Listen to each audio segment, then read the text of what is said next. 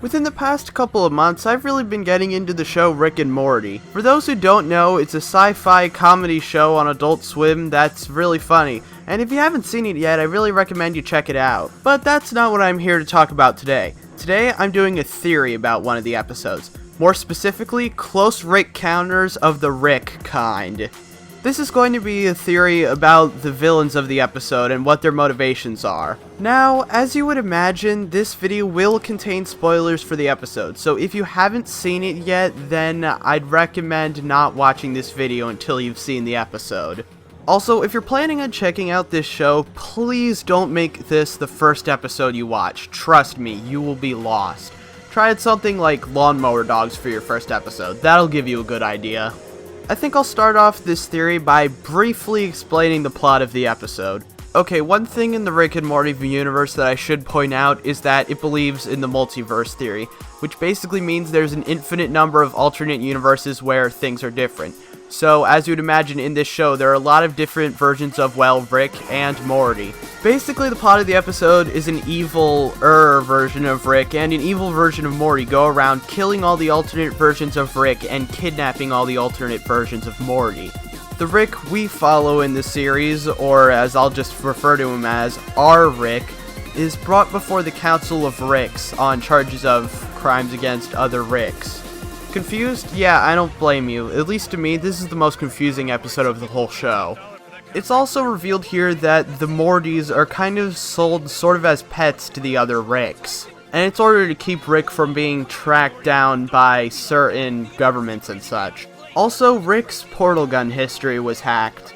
Basically, our Rick and Morty end up meeting up with the evil versions of Rick and Morty. Morty is placed in a room with a bunch of other Mortys, and Rick is about to be killed by evil Rick. However, our Morty convinces all the other Mortys to rise up and save Rick.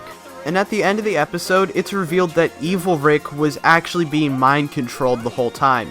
And it turns out that evil Morty was the one mind-controlling him. So that brings us to the question, what is evil Morty's motivation for doing all this? Well, I think we should start simple.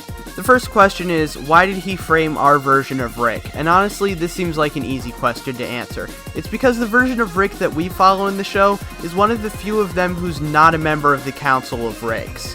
This would make our Rick a very easy target to frame, as he's not as closely affiliated with the other versions of himself. So now we get to the big part of the theory. Why is evil Morty doing all of this? One thing that says a lot about it is what evil Rick says to our Rick, that a Rick will never care about a Morty. Keep in mind, evil Rick is being mind-controlled by evil Morty. Now, throughout the series, while our version of Rick does seem kind of uncaring and sometimes mean to our version of Morty, it is clear, especially with episodes like Me Seeks and Destroy, that he does in fact care about Morty. However, considering how Mortys are treated in the Council of Ricks building, and considering the fact that there's a version of Rick that actually likes Jerry, chances are there's at least a few versions of Rick that view Morty as nothing more than a tool. It's also important to see what this evil duo does in the episode. They kill the Ricks, but they only kidnap the Mortys. Now, evil Morty probably had the worst version of Rick of all, being really mean and uncaring. Well, you know, compared to the Rick that we see in the show, obviously. Now, my first instinct was to go off of what some of the Ricks said at the end of the episode, how these Mortys would be miserable in life because they wouldn't have a Rick with them, and that evil Morty's goal was to save them all from Rick. However, if that's the case, then why did he kidnap a bunch of them? I think he was trying to start an uprising against the Council of Ricks. Why else would he bring them all here? I mean, the Mortys in this episode are seen holding a flyer called the One True Morty, which is probably something that evil Morty told him about. Either it was intended to be him or a different explanation. That other explanation would be that the One True Morty was the one we follow in the show. This is infinitely more likely when you consider the fact that this is one of the only Mortys who was never exposed to the Council of Ricks. This would explain the wall of Mortys in agonizing pain, as it would probably be the final straw for our Morty to turn on Rick.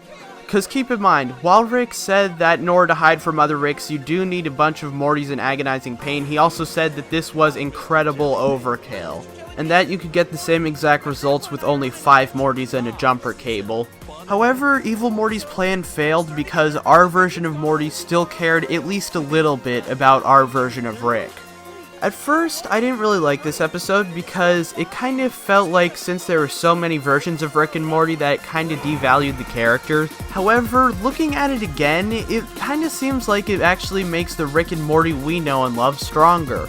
I mean, there is a big theme about these two being the best versions of themselves. At the end, Rick says, "Well, I'm the Rickest Rick out of all of them. It would make sense that the Rickest Rick would have the Mortiest Morty." I mean, it shows that our version of Rick is so self-reliant that he's not even willing to join a government that's run by alternate versions of himself. In Rick's own words, "I'm the only real Rick here. All you other Ricks wanted to hide from the government, and you did it by building your own stupid government." It also shows that our version of Rick is one of the only ones to legitimately care about Morty. As for Morty, despite the fact that most of the time he's wimpy, in this episode he shows that he's one of the few versions of Morty who's actually willing to stand up for himself. Looking back at it, at the end of the day, this still isn't one of my favorite episodes of Rick and Morty, but it's still a good and enjoyable episode. I'm DeFoffalizer, and I hope you enjoyed this theory.